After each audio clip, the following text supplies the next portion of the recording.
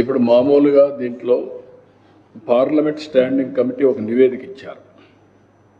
ఇది flight duty time limitation norms. దీన్ని అమలు చేయాలని చెప్పారు. దీంట్లో మెయిన్గా పైలట్లు, ఇతర క్రూ సభ్యులందరికీ అంతర్జాతీయ ప్రమాణాలకు అనుగుణంగా విశ్రాంతి, మళ్ళా డ్యూటీ, ఇవన్నీ కూడా భద్రత, ఇవన్నీ కూడా మేనేజ్ చేస్తారు. అయితే ఇక్కడ ప్రస్తుతం పనిచేస్తున్న సిబ్బందికి ఎక్కువ విశ్రాంతి ఇచ్చినప్పుడే అదే సర్వీస్ నడపడానికి ఎక్కువ సిబ్బందిని నియమించుకోవాలి. అది ఇండిగో చేయలేకపోయారు. ఇండిగో 65% వాళ్ళవే ఫ్లైట్స్ వచ్చాయి. దీనివల్ల తక్కువ ఖర్చుతో, తక్కువ సిబ్బందితో నడిచే సంస్థగా వాళ్ళు ముందుకెళ్ళిపోయారు. ఇప్పుడు ఈ టైం ఇచ్చారు, ఆ టైంలో వాళ్ళు చేయలేకపోయారు. డిసెంబర్ 4న 550 విమానాలు, డిసెంబర్ 5న 1600 విమానాలు రెండు రద్దు అయిపోయినాయి. 4, 5 2 రోజులకే. దీంతో రోస్టర్ని సరిగా మేనేజ్ చేయకుండా పోవడం, ఒకటి రియాక్షన్స్ రావడం, చైన్ ఆఫ్ రియాక్షన్స్ రావడం, దీనివల్ల పబ్లిక్ కూడా చాలా ఇబ్బంది పడే పరిస్థితి వచ్చారు. కడాన వాళ్ళు క్షమాపణ చెప్పి డబ్బులు కూడా తిరిగి పే చేశారు, కానీ ఇన్కన్వీనియన్స్ మాత్రం విపరీతంగా జరిగే పరిస్థితి వచ్చింది. అదే మరిగా ఈరోజు ఎల్డిటిఎల్ నిబంధనల ప్రకారం ఇండిగో సంస్థ మరొక టైం కూడా ఇచ్చారు. దీంతో 1-2 రోజుల్లో ఇంప్రూవ్ అవుతుందని చెప్పి ఒక అసెస్మెంట్కి వచ్చారు. అల్టిమేట్గా సేఫ్టీ, ఇప్పుడు నా హెలికాప్టర్ కూడా ఇన్ని గంటలు చేసిన తర్వాత they are not authorised to go for piloting. ఇలాంటి నిబంధనలు ఉంటాయి. ఆ నిబంధనలు అమలు చేశారు కాబట్టి ఇలాంటి ఇబ్బందులు వచ్చాయి. అది గవర్నమెంట్ ఆఫ్ ఇండియా చూసుకుంటుంది. ఇక్కడ నేను సూపర్వైజ్ చేయడం లేదు, అది గవర్నమెంట్ ఆఫ్ ఇండియాలో ఉంటుంది. ఓసారి అనూహ్యంగా 1 or 2 ఇలాంటి సమస్యలు వచ్చినప్పుడు అన్ఎక్స్పెక్టెడ్ ఇప్పుడు 60-65% ఇండిగో సర్వీసెస్ అని రన్ చేస్తుంది. మేజర్ మోనోపలీ కింద, మేజర్ ప్లేయర్ కింద వాళ్ళు ఉన్నారు కాబట్టి ఇలాంటి సమస్యలు వచ్చాయి.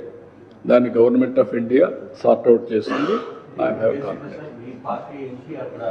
ఇట్స్ ఓకే, కానీ మా party MP answerable to parliament, answerable to honourable prime minister. కాబట్టి ఇక్కడి నుంచి నేనేదో మానిటర్ చేస్తాను every day to day. Party MP, it is a NDA government. ఇప్పుడు మాకు సత్య ఉంటాడు, ఇక్కడ మంత్రిగా పనిచేస్తారు. గవర్నమెంట్ ఆఫ్ ఇండియా లేదంటే బీజేపీ, ఆల్ ఇండియా బీజేపీ ఈయన తప్పు చేస్తే వాళ్ళని నేను అడగలేను కదా. అది తప్పని కాదు, టెక్నికల్గా ఫెయిల్ అయినా ఇలాంటివి ఉంటాయి. దాన్ని వాళ్ళు హ్యాండిల్ చేస్తారు స్మూత్గా.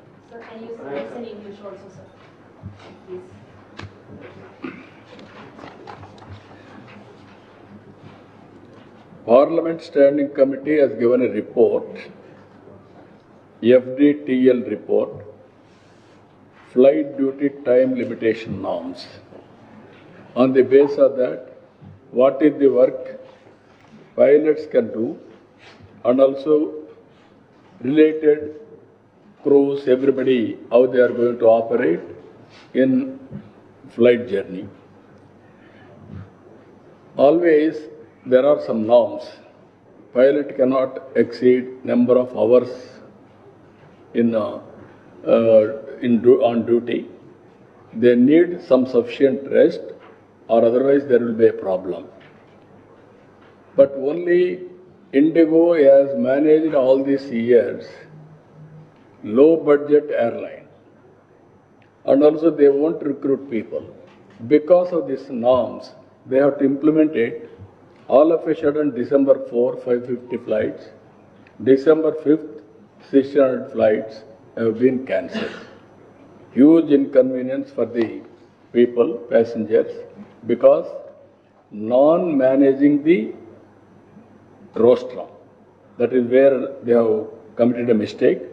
All these things has caused so much of disturbances. Today, again, Government of India has given some relief. That is LDTL Nibandhalni, they have simplified, or they have given some more time, everything. Now normalcy, people are expecting that the Government of India will review. Issue is here, 60 to 65% are run by Indigo. single largest agency. They are doing, operator they are doing. Because of this, Government of India also is very firm. They ordered immediately they have to pay back all the money. They have paid, it seems. Now Government of India will regulate everything. So how do you see the politics that is playing behind this, sir? Because they say... So there is no head and tail for that party. They will do all these things. They want something sensational. They will blame. They will throw mud on us. They want to escape what they have committed all crimes. That's why they are talking. But it is in Government of India. Generally, performance of central ministers, as Chief Minister, I won't intervene. That is the prerogative of Prime Minister. They will guide him. They will get it done work. Even my cabinet, I am responsible. అంటే రామ్మోహన్ నాయుడికి ఏం సంబంధం లేదని చెప్తున్నాడా ఎవరు ఈయన చంద్రబాబు నాయుడు గారు అంటున్నారా?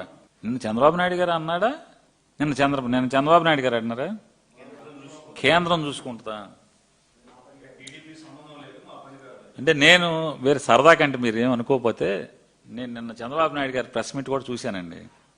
చూస్తే అంటే బహుశా స్క్రీన్ ప్లే ప్రకారం ఇప్పుడు మామూలుగా రోజు పెన్షన్లు ఇచ్చేప్పుడు ఇవన్నీ మామూలుగా మైక్ వచ్చుకుని కరెక్ట్గా దిగి మీరు మీ జీవనం ఇంత మీ సంపాదన ఇంత అలాగా ఓహో అని పెద్ద యాక్షన్ చేస్తున్నారు కదా. అదే మోడల్లో ఇండిగో గురించి తెలుగులో ఒక స్క్రిప్ట్ రాసుకెళ్ళిపోయాడు చంద్రబాబు నాయుడు. అక్కడ విలేకరిని ఎవడికో అడగమని చెప్పారు.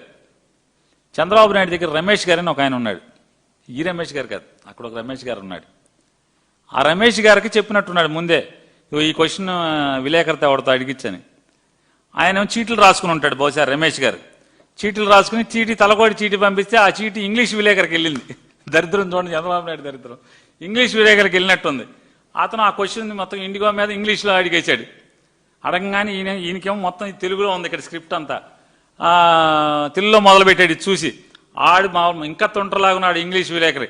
లేచి ఇంగ్లీష్ సార్ ఇంగ్లీష్ అన్నాడు.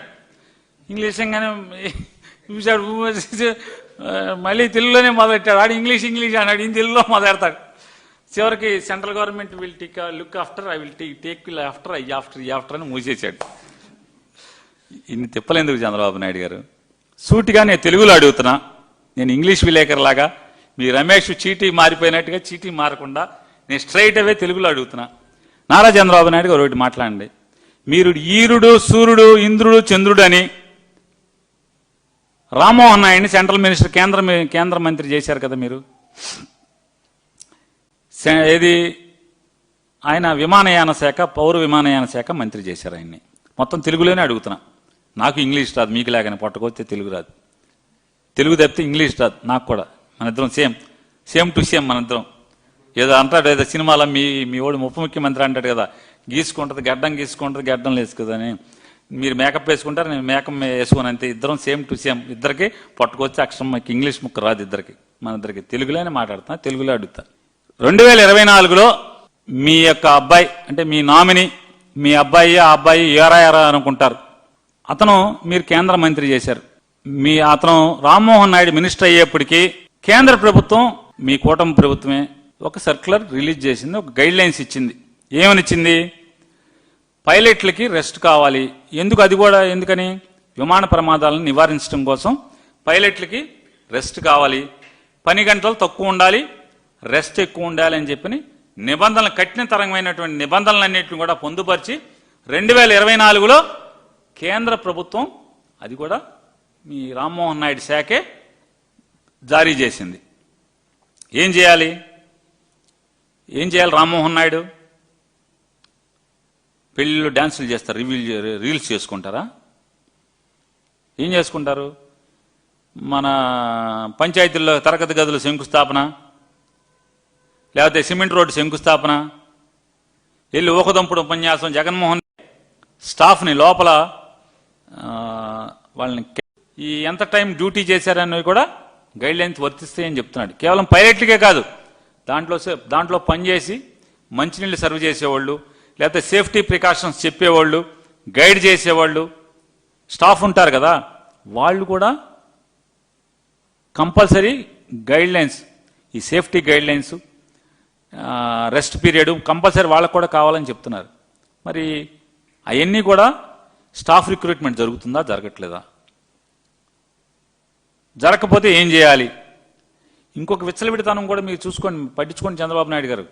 మీరు వెనకేసుకొస్తున్నటువంటి మీ రామ్మోహన్ నాయుడు పరిపాలనలో ఇండిగో గడచిన 18 మాసాలుగా ఫ్లైట్లు పెంచింది, రూట్లు పెంచింది.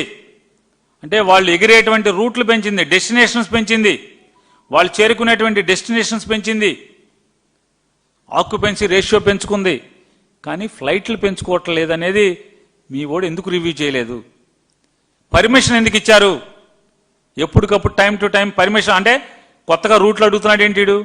పాత రూట్లకు సరిపడా రిక్రూట్మెంట్ చేశాడా, చేయలేదా? ఎందుకని మీరు పట్టించుకోలేదు? మీ ఓడి పట్టించుకోలేదని అంటున్నా. వెంటనే ఆపాలి కదా. కొత్త రూట్లు ఇవ్వకూడదు కదా. కొత్త రూట్లు ఇచ్చేస్తారు వాళ్ళు. ట్రావెల్ ఇది పెంచేస్తారు, మైలేజ్ పెంచేస్తారు, ఆక్యుపెన్సీ రేషియో పెంచేస్తారు, అన్నిటికీ పర్మిషన్ ఇస్తారు. కానీ స్టాఫ్ రిక్రూట్ చేసుకున్నాడో లేడని మాత్రం చూడరా? ఎందుకని చూడలేదు? ఎందుకు మీ వాడు మొహాట పడ్డాడు? మీ కేంద్ర మంత్రి, మీ తెలుగుదేశం పార్టీ ఎంపీ కేంద్ర మంత్రిగా ఉండి ఎందుకని మొహమాట పడ్డాడు?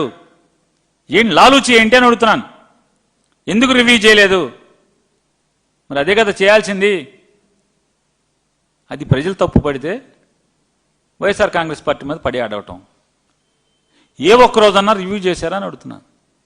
రివ్యూ చేయకపోగా ఇంకా ఆయన మాట్లాడతాడు. ఇంకా 5-6 నిన్న పార్లమెంట్లో చెప్తున్నాడు, 5-6 విమానయాన సంస్థలకు ఇంకా అవకాశం ఉందని చెప్పని ఇప్పుడు చెప్తున్నాడు. అంటే ఈ దేశ ప్రతిష్ట ఏమైంది?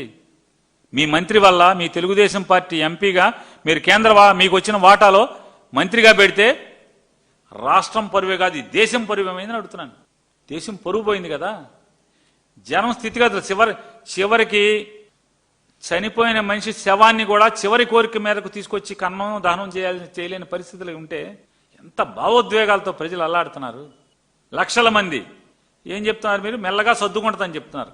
ఎట్లా అంటే మీరు ఎట్లా అయితే రైతులు వాళ్ళ సరుకుల్ని వారి పంటని తెగనమ్ముకుని అప్పులున్నాడు ఆత్మహత్య చేసుకుంటాడో, మళ్ళీ ఆత్మహత్య చేసుకున్నాక మళ్ళీ వాళ్ళ భార్య కొడుకు మళ్ళీ వ్యవసాయం చేసుకుంటారు. ఇదంతా కూడా రొటీన్ జరుగుతూ ఉంటుందిలే ఇదంతా అని చెప్పి మీరంతా తేలిగ్గా మాట్లాడుతున్నారో, అతను కూడా మీ ఆలోచన సరళ మేరకే అంతే తేలిగ్గా అతను వ్యవహరించాడనేది కూడా మనకు అర్థమవుతుంది కదా. దండించాల్సింది పోయి దమ 4 బాధాల్సింది పోయి తెలుగుదేశం పార్టీ పరువే కాదు, ఈ రాష్ట్రం పరువే కాదు, తెలుగు వాళ్ళ పరువే కాదు, దేశం పరువు పోయింది కదా. మరి ఇవన్నీ ముందు జాగ్రత్తలు 18 నెలల నుంచి ఏం చేస్తున్నాడు ఆయన చేసుకోకుండా? రివ్యూలు చేయాలి కదా. మరి పర్మిషన్లు ఇవ్వకూడదు కదా. నేను అడుగుతున్నాను, కొత్తగా రూట్లు ఎందుకు ఇచ్చారు ఇండిగోకి? కొత్తగా ఆక్యుపెన్సీ రేట్లు పెరిగేట్టు భారతదేశంలో దాదాపుగా 65% ఆక్యుపై చేసేట్టుగా, 65% విమానయానాన్ని ఆక్యుపై చేసేట్టుగా ఈ 18 మాసాల్లో ఎందుకు పెరగనిచ్చారని అడుగుతున్నాను.